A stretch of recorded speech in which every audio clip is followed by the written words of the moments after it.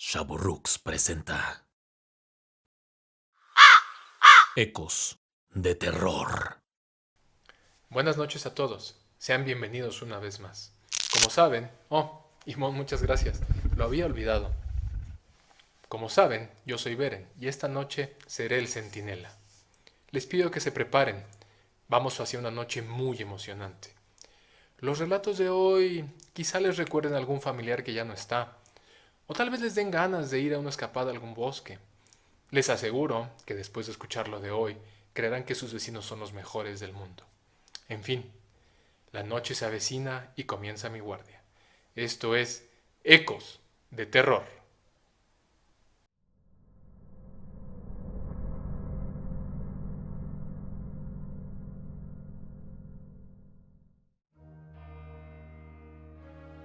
Vengo de una familia peculiar. Esto es solo una forma de decir que mi familia está llena de contrastes y sobre todo que tienen una historia tan rica como compleja. Mis abuelos se establecieron en la Ciudad de México, en el famoso barrio de Portales. Mis abuelos, a quienes llamábamos cariñosamente Papá Panchito y Mamá Blanquita, así como sus hijos, José el mayor, Francisco, que era mi padre, Fidelina y Enrique el menor. Para mi familia, los eventos paranormales han formado parte de nuestra vida constantemente. Si bien se han presentado eventos en todo tipo de lugares y circunstancias, la casa de la calle de Tokio, en la colonia Portales donde incluso yo viví, ha sido un punto en donde particularmente han pasado cosas extrañas. Mis familiares y yo en cierto modo atribuimos mucho de esto a mi abuela, Mamá Blanquita, ya que era abiertamente una practicante de las artes oscuras. De entre tantas historias que tengo para compartir, quise comenzar con una que a mi papá siempre le pareció especial. Cuando mi padre era joven y vivía en el barrio de Portales, la figura de mi tío José, o Pepe, a modo de cariño, era legendaria. En su juventud, mi tío Pepe era el guapo del barrio, le sobraban conquistas y la verdad es que, por los relatos que mi papá y mis tíos cuentan, no podríamos describirlo de otra manera sino como alguien con mucho carisma y que era imposible no admirar. Además de tener pinta de galán, ser buen bailarín, cantar y tocar la guitarra, mi tío portaba la fama de duro. Bueno, de ser muy bueno para pelear. Como se dice vulgarmente, bueno para las trompadas. No muy acorde a la filosofía de estos días, pero más común de lo que parece en esas épocas, se contaban historias de que mi tío Pepe recibía ofertas continuas de mujeres, algunas de ellas casadas, para que les hiciera un hijo. No solo hablamos de alguien con una popularidad local, sino de un individuo que gozaba del amor completo de su familia. Era el ídolo de su casa y claramente el predilecto de mi abuela. De sus hermanos, era mi papá quien más lo seguía y buscaba ser mucho como él. Mi abuelo era alguien que por sus ocupaciones estaba mucho tiempo fuera de la ciudad y de su casa, por lo que mi papá veía a Pepe como un modelo a seguir. Eran muy unidos y mi tío Pepe, en su figura de hermano mayor, tomó en su tutela a mi papá y lo enseñó a defenderse, entre otras cosas. Si bien mi tío Pepe era bravo, nunca estuvo involucrado en nada chueco. Mi papá, por otro lado, influenciado por la imagen de su hermano mayor, sí se desvió un poco y tuvo una época en la que anduvo en malos pasos, y en una especie de efecto dominó, tuvo una influencia similar en su hermano menor, mi tío Enrique. Es en una de estas ocasiones en las que justo por andar en malos pasos se metieron en un problema. A bordo de un Volkswagen Sedán o bochito, fueron parte de una persecución en automóvil. Intentaban eludir a sus persecutores, mi papá al volante haciendo toda clase de movimientos y trucos, mi tío Enrique haciendo uso de un arma que siempre presumió y le encantaba, su Colt Python 357. Tengo muy grabado el nombre de la figura de esa pistola, porque uno no podía ver a mi tío Enrique sin su arma. Eran tal cual inseparables. Esta afición a las armas era otra de las cosas que resultaron de gustos heredados, de mi tío Pepe, que gustaba de coleccionar pistolas.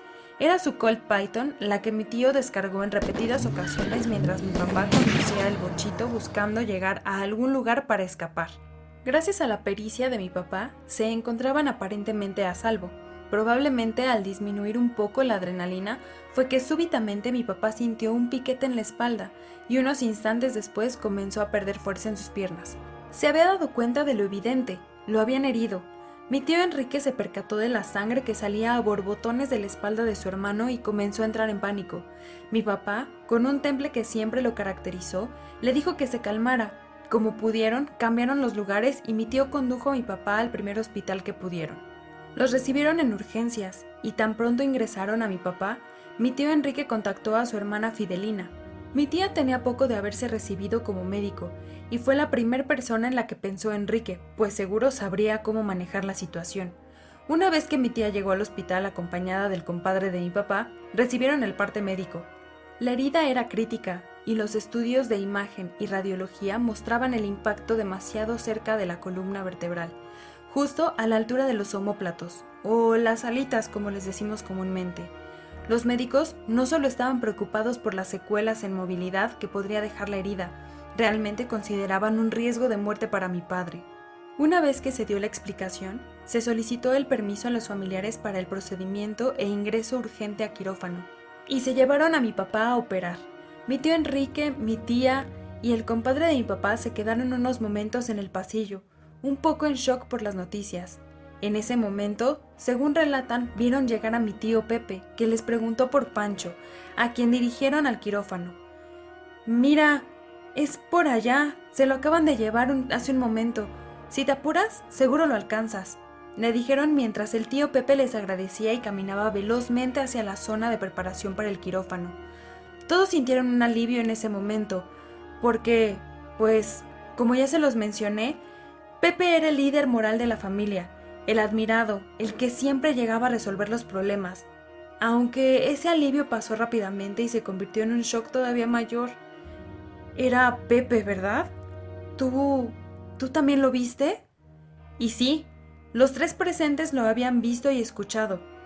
Es ahora importante aclarar que mi tío Pepe había fallecido un año antes de estos eventos. Su muerte fue un accidente un tanto trágico. Como les dije, tenía una afición por coleccionar pistolas de todo tipo y antigüedad. Se encontraba echando unos tragos en casa con un amigo que él quería mucho, y este amigo demostró interés por una vieja pistola que se encontraba atascada y no servía. Mi tío Pepe, en un acto de generosidad, le dijo que con gusto se la regalaba, y mientras el amigo la manipulaba, el arma se disparó accidentalmente, privando de la vida a mi tío de forma instantánea. Esa fue una de tantas veces que mi tío apareció después de muerto. En lo que a mí respecta, siempre he creído que logró descansar hasta que mi abuela falleció. Ella no lo dejaba descansar. Al ser su hijo adorado, estoy segura de que encontró la manera de retenerlo en este plano, de no dejar que se fuera por completo. En lo que respecta a mi padre, su cirugía fue milagrosa. Ni los doctores, ni mi propia tía se logran explicar cómo es que mi papá no tuvo ninguna clase de secuela, más allá de una gran cicatriz y un pequeño hueco en donde había impactado la bala. Rastros que yo misma pude constatar al cuidar a mi padre en algún momento. Quizá solo se trató de un excelente trabajo por parte de los cirujanos, más una gran fuerza natural de mi padre. O tal vez mi tío Pepe intervino con esa gran cantidad de habilidades y dotes que la vida le dio y que quizá llevó a otro nivel después de la muerte.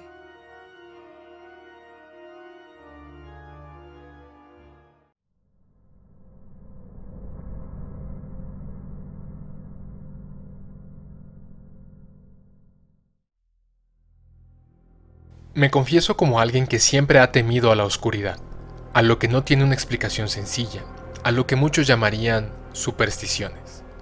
Quizá esto se debe a las costumbres y creencias de mi casa, o tal vez se trata solo de mera ignorancia.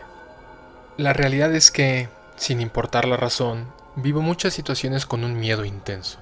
Lo lógico para una persona como yo sería limitar mi contacto y exposición a material y situaciones asociadas al terror y lo paranormal. Sin embargo, debo admitir que soy un fanático absoluto del tema. Llámenlo masoquismo si quieren, pero hay una cierta adicción a esa adrenalina al ver una película de terror o escuchar una historia que, a pesar de que me pueden llevar a un punto en el que estoy genuinamente aterrado, me genera una enorme satisfacción. Fue esta predilección lo que me llevó a aceptar un viaje con mis amigos, igualmente aficionados a lo sobrenatural, al pueblo mágico de Arteaga en Coahuila. Quisiera aprovechar el espacio para decirles que es un lugar que vale mucho la pena visitar. Algunos lo llaman la Suiza mexicana, y es realmente hermoso, rodeado de bosques densos y con un clima que le hace honor a su reputación. Hay un generoso número de cabañas, muchas de ellas en renta para visitantes y turistas, así como una infraestructura bien diseñada para darle un toque pintoresco. Trato de poner a la luz los detalles que considero muy positivos, pues no quisiera que lo que estoy a punto de relatarles los detenga de visitar este fascinante lugar. Arteaga también tiene una reputación de ser un lugar donde existe una intensa presencia de brujas. Vaya, al menos aquí en Monterrey han salido reportajes en televisión en donde se entrevista a mujeres que aseguran ser brujas de Arteaga y que es una especie de tradición familiar. Cierto o no lo de su naturaleza, es un hecho que las mujeres entrevistadas son de carne y hueso. Viendo uno de estos reportajes es que mis amigos y yo decidimos que sería genial visitarlo. En ese reportaje es en donde se habló de la actividad paranormal que se vive y mencionaron un lugar llamado El Ejido de las Brujas, que se encuentra cerca de la zona turística de Arteaga, en un sitio conocido como La Biznaga. Así pues, nos dimos a la tarea de planear el viaje y elegir una de las opciones que consideramos más adecuada para nosotros. Queríamos una cabaña rústica, clásica, algo que nos hiciera sentir una experiencia lo más cercana posible a la naturaleza. Y, como podrán imaginar, tan cerca como fuera posible de La Biznaga. Rentamos una camioneta y llegamos al pueblo. Ubicamos la cabaña donde nos quedaríamos y nos instalamos. Mis amigos y yo decidimos repartirnos los lugares para dormir. Éramos 4, y 2 de mis amigos, Jerry y Sam, venían como pareja. Su asignación de lugar fue fácil, mientras que mi amigo Richie y yo compartimos un espacio.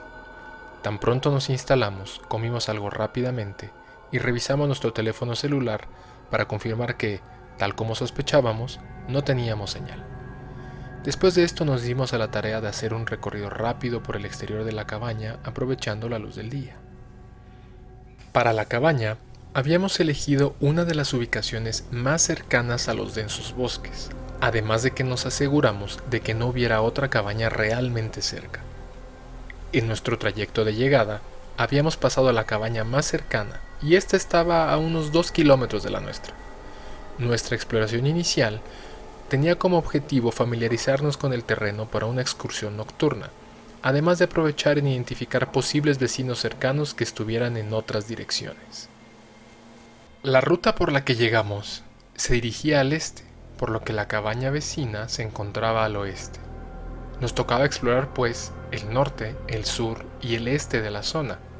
La Biznaga justamente estaba localizada al este de nuestra ubicación actual. Caminamos por alrededor de 2 horas, en todas las direcciones salvo en la que llegamos, y no logramos identificar ninguna otra cabaña. Lo que sí notamos es lo rápido que la temperatura bajaba, así como un par de puntos hacia el norte de la cabaña con zanjas y desniveles que era mejor evitar, pues aunque no eran impresionantes, se trataba de una caída de 5 o 6 metros de alto que potencialmente sería fatal. Ya de regreso en la cabaña, dimos rienda suelta a nuestras historias y relatos, mismos que comenzamos desde nuestra exploración, pero que ahora se mezclaban con elementos imaginativos sobre lo que podía pasar en alguno de estos puntos que recorrimos. Quisiera decirles que el bosque parecía un lugar tétrico, o que identificamos algo extraño ahí, pero en realidad todo lo que vimos fueron paisajes hermosos, un bosque en calma y una tranquilidad muy relajante. Sin embargo, al mezclar nuestros relatos con estos lugares, comenzamos a darle un tono más oscuro, más inquietante. Yo me empezaba a poner nervioso al compás de comentarios como: "Imagina si ahí donde vimos el tronco del árbol gigante hubiera duendes", y otros como: No, eso que vimos no era una fogata normal, ¿no vieron que estaba en un lugar raro para hacer una fogata?". En fin, se empezó a crear una atmósfera de exageración para sugestionarnos, y pues en realidad de eso se trataba el viaje. Era ya casi la medianoche, y nos alistamos para ir a nuestra exploración nocturna. Preparamos nuestras linternas, nos pusimos ropa abrigadora y partimos a la aventura. El camino hacia el norte tenía los mencionados peligros. El oeste no prometía nada interesante, así únicamente el sur o el este serían destinos atractivos. Como podrán suponer, elegimos el este, y la promesa de aventura al acercarnos lo más posible a la Biznaga. Nuestro recorrido duró cerca de 3 horas en ida y vuelta. Nuevamente fue algo mucho más placentero que espeluznante. Más allá de algunos sonidos del bosque que nos llegaron a sobresaltar, tuvimos una oportunidad de disfrutar la luz de la luna, el olor fresco de los árboles y la hierba, así como de una plática entre amigos. Al regresar a la cabaña estábamos exhaustos. Richie y yo nos acomodamos en el espacio que teníamos designado para dormir e intentamos darle cierta privacidad a Sam y a Jerry. Apagamos las linternas y al menos yo caí rendido por el cansancio y no tardé en cerrar mis ojos y dormir. Me despertó entonces un grito de Sam. Le tomó un momento a Jerry calmarla y cuando nos acercamos a ellos nos dijo claramente: Güey, alguien me agarró los pies. Ella estaba segura de que se trataba de una broma, algo que estábamos jugando Richie y yo. Le aseguré que yo dormía profundamente y Ricardo dijo que él también. Jerry parecía estar descartado porque, según ella, estaban abrazados mientras dormían. Regresamos todos a dormir. Para mí ya no era tan sencillo, el incidente me había quitado el sueño y ahora estaba un poco nervioso. Me quedé despierto, alerta, con mis sentidos elevados por el miedo que sentía. Bien podría tratarse de una broma, cualquiera de mis amigos era capaz de hacer eso y mucho más. Con tal de pasar un buen rato, me asustarían a mí y a cualquiera que quisiera. Unos minutos después, fue Richie quien nos levantó con un grito. No mames, alguien me tocó la cara. Ahora tenía certeza de que Jerry y Sam no se habían acercado, pues no solo yo estaba despierto y observando, sino que no se había escuchado sonido alguno en un piso que con el menor movimiento rechinaba. Ya, güey, deja estar de chistoso y deja dormir, dijo Jerry con tono molesto. Güey, neta no estoy jugando, me tocaron la cara, respondió Richie con un tono en su voz que lo hacía casi convincente. Yo estaba despierto y no vi nada, señalé con temor, pues mi nivel de miedo había subido considerablemente. Todos nos miramos por un momento, y entonces acordamos algo que nos ayudaría a estar más tranquilos: acomodarnos todos juntos para dormir. Prendimos las linternas y movimos nuestras cosas de tal modo que al recostarnos estuviéramos lado a lado. Sam y Jerry en medio, Richie y yo en los extremos, todos mirando hacia la misma dirección y con uno de los muros de la cabaña justo detrás de nosotros, la entrada de la cabaña al frente. No había modo de que alguno de nosotros se pudiera mover sin que otro lo notara, y más importante, en el remoto caso de que hubiera alguien rondando fuera de la cabaña, sería imposible no verlo. Hicimos todos como que iríamos a dormir, pero la verdad es que los cuatro estábamos visiblemente nerviosos. Sé que ellos tenían miedo, pero yo estaba realmente apanicado. Puta madre, ¿para qué vine? Pensaba en forma de queja, como siempre actúo cuando estoy haciendo algo que me asusta de verdad. Miré mi teléfono, aún sin señal, y la hora eran las 4:15 de la mañana.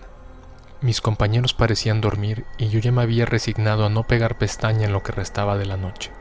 Me sentía solo, como si recayera en mí una responsabilidad de ser el vigía o quien tuviera que cuidarnos mientras ellos dormían. Entre la oscuridad, comencé a notar unas sombras que se movían en el exterior, así como escuchar el viento que silbaba. Le atribuía al viento y a los árboles dichas sombras, hasta que distintivamente escuché la madera del piso de la cabaña crujir a unos cuantos pasos de donde nosotros estábamos. Quería gritar, quería alertar a los demás, pero no podía pronunciar palabra alguna ni moverme. Estaba paralizado por el miedo. Levanté un poco la mirada hacia la ventana en la puerta de la cabaña y ahí estaba, una figura oscura y difusa, como si fuera una sombra en su totalidad, pero muy oscura. En este punto, por el miedo que sentía, comencé a llorar, pero sin poder hacer ruido, como entre desesperación y pánico. La figura se movió con calma hacia uno de los lados de la cabaña y fue en ese momento cuando se empezaron a escuchar toquidos en la puerta de la cabaña, así como en las ventanas. Por supuesto, todos lo notamos, pero nadie habló por unos segundos. Estábamos paralizados por el miedo. En ese momento ya no se veía a nadie ni en la puerta ni en las ventanas, pero los toquidos habían sido inconfundibles. Otro grito de Sam fue lo que rompió ese momento que parecía congelarse en el tiempo y todos reaccionamos. Nos levantamos acelerados, encendimos las luces mientras ella repetía, llorando: ¡Hay alguien afuera! Jerry, que siempre ha sido el valiente del grupo, gritó: ¿Quién está ahí? ¿Qué chingados quieren? Después de un segundo de silencio, claramente escuchamos todos una risa que nos heló la sangre. En ese punto ya no teníamos idea de qué hacer. Queríamos salir a la camioneta para regresar, pero la idea de salir nos parecía imposible. Los teléfonos seguían sin señal y nuestro miedo era infinito. Fue Richie quien empezó a colocar todas las cosas que pudimos en la puerta, como tratando de hacer una barrera, una barricada para que nadie pudiera pasar a la cabaña. Le ayudamos como mejor pudimos, y sin nada más que hacer, nos arrinconamos los cuatro y mantuvimos las linternas encendidas. Acordamos que tan pronto saliera el sol, intentaríamos abandonar la cabaña, subiendo a la camioneta para regresar al pueblo. Tomó casi 2 horas que el sol saliera, y durante ese tiempo, cada pequeño ruido o movimiento nos hacía brincar. Una vez que salió el sol, deshicimos nuestra barricada, salimos apresurados a la camioneta y regresamos hasta el pueblo. Estábamos temblando cuando Richie al fin se estacionó. Nos quedamos unos minutos mirándonos, como incrédulos. Ya con señal en nuestros teléfonos, llamamos a quienes nos habían rentado la cabaña y les explicamos lo sucedido. Nos respondieron con una indiferencia extraña, aludiendo a que seguramente había sido el personal de protección de la zona que hace sus rondines. Ni mis amigos ni yo nos quedamos satisfechos con la explicación, pues la experiencia que tuvimos fue claramente algo más difícil de comprender que un simple rondín de seguridad. A pesar de esto, seguimos teniendo un gusto especial por aquello que nos asusta. Cuando alguien nos quiere contar una historia de terror o relato, siempre tenemos esta historia, que hasta hoy supera cualquier otra cosa que podamos contar o que puedan contarnos a nosotros. Hemos hablado de volver a Arteaga, a la cabaña, estando mejor preparados y dispuestos a documentar cualquier cosa extraña que nos suceda. No lo hemos hecho, porque en el fondo, así como yo, mis amigos saben que tuvimos suerte de salir de ahí, y de estar aquí contando esta historia.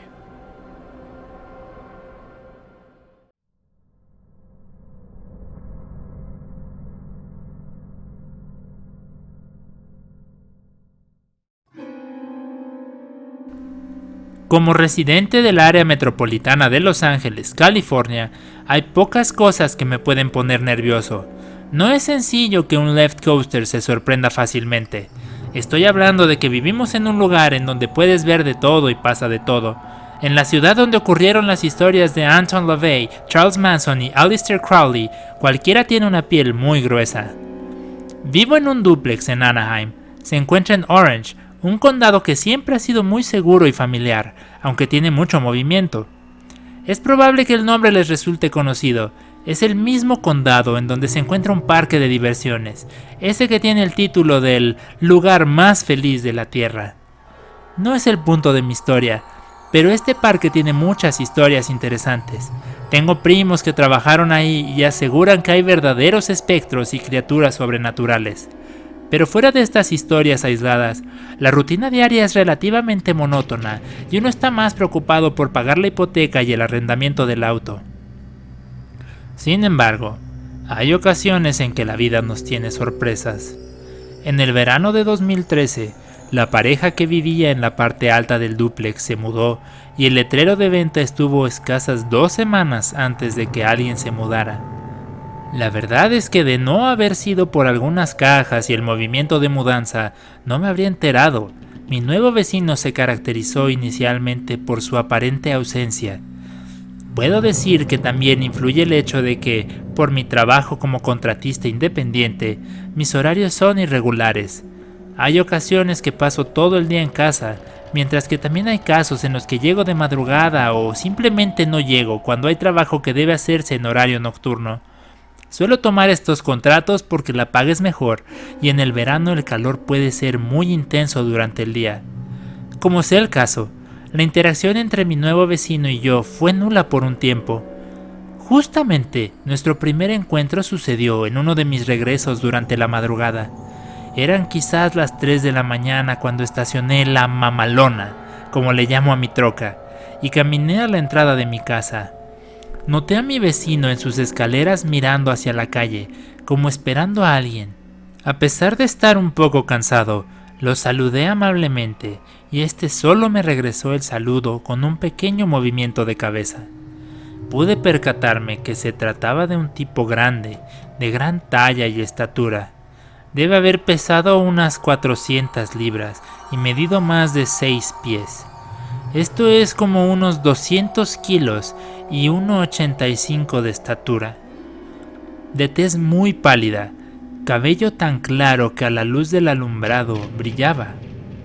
Para describirlo bien, imaginen un jugador defensivo de fútbol americano, un linebacker, vestido de negro, como de estilo gótico. Tenía algo que parecía una hoodie cubriendo su cabeza y despedía un olor muy extraño.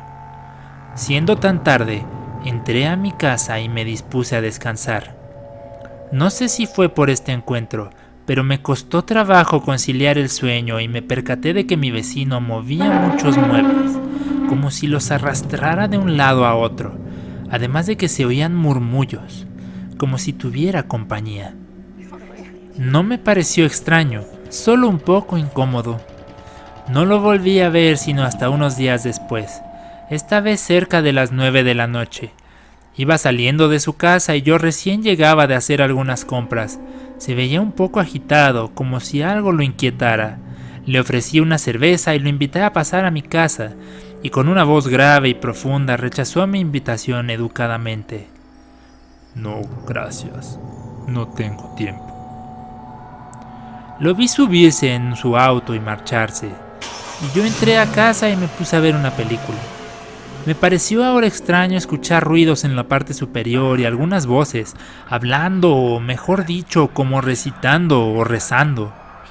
Algo que no era en un idioma que yo pudiera reconocer. No hablo muchos idiomas, más allá de español o inglés, pero podría decir que puedo identificar razonablemente bien qué tipo de idioma habla algún visitante. Escuchamos todo tipo de turistas aquí, rusos, franceses, italianos, japoneses y chinos. Esto no sonaba como nada que yo hubiera escuchado antes. Daban ya las 2 de la mañana cuando yo escuché los gritos de una mujer y los rezos nuevamente, y realmente me asusté un poco. No sabía cómo reaccionar, no sabía si había algo de peligro. Quizás se trataba solamente de una sesión loca de orgía o sexo rudo. Como he dicho antes, todo es posible en Los Ángeles. Súbitamente los gritos cesaron y escuché cómo hubo algunos ligeros movimientos, unos cuantos susurros, y vi salir a mi nuevo vecino acompañado de una mujer y un hombre. Me quedé un poco más tranquilo pensando que era justamente algo asociado a un encuentro sexual no convencional, y noté además que los tres vestían más o menos similar. «Malditos góticos», pensé sin decir palabra. Este trío macabro se subió al auto de mi vecino y se fueron. Yo volví a dormir y a mis actividades normales al día siguiente. Volvieron a pasar algunos días y noté que mi vecino no estaba, además de que un olor putrefacto venía de su casa. Con el calor del verano, este era ya insoportable. Sospechando lo peor, decidí llamar a la policía, que acudió casi de inmediato. Tiraron la puerta de la entrada y tan solo unos momentos después escuché cómo los agentes empezaron a maldecir repetidamente. «¡Fuck! Jesus! ¡Fuck Christ!». Acordonaron la zona y pronto llegó una ambulancia y personas que empezaron a hacerme preguntas. Les conté todo lo que había pasado y me preguntaron repetidamente si tenía alguna relación con el otro propietario, aclarándoles que apenas si habíamos interactuado. Me percaté de que sacaban una gran bolsa negra y no me quedó duda que se trataba de un cuerpo. Lo peor vino unos minutos después, cuando los agentes me pidieron que los acompañara, que necesitaban que les explicara algo. Entramos pues a la casa de mi vecino, y mis ojos no dieron crédito. Era una escena con sangre por doquier, y un montón de dibujos y marcas que no podría describir de otra forma que como algo satánico. Velas negras, figuras demoníacas y libros que parecían antiguos. Por si no fuera poco, los agentes me llevaron a ver un muro que estaba repleto de fotografías mías y marcado con una X.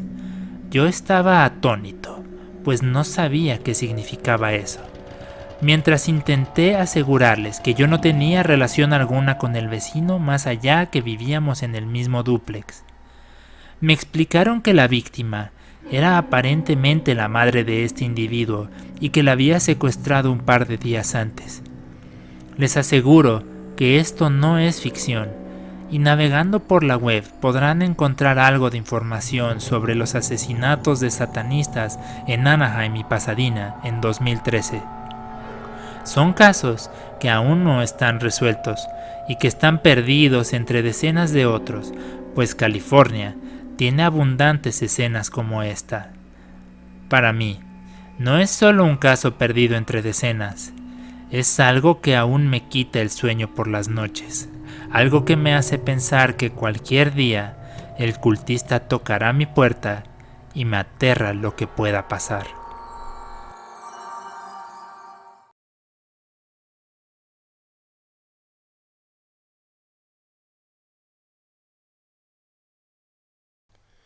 Esperamos les hayan gustado los relatos de esta noche. Para nosotros es un placer tenerlos aquí y estamos muy contentos porque a partir de hoy los relatos podrán ser escuchados además de en las plataformas que conocen en Spotify, Anchor y Google Podcast. Les pedimos como siempre se suscriban si no lo han hecho, den like a los relatos y que lo compartan. Es esencial que esta comunidad crezca con más almas perdidas a partir del favor que nos hacen compartiendo nuestro contenido. Les recordamos que la próxima semana será nuestro especial de temporada, entonces no se lo pueden perder. Aquí nos vemos. Hasta luego.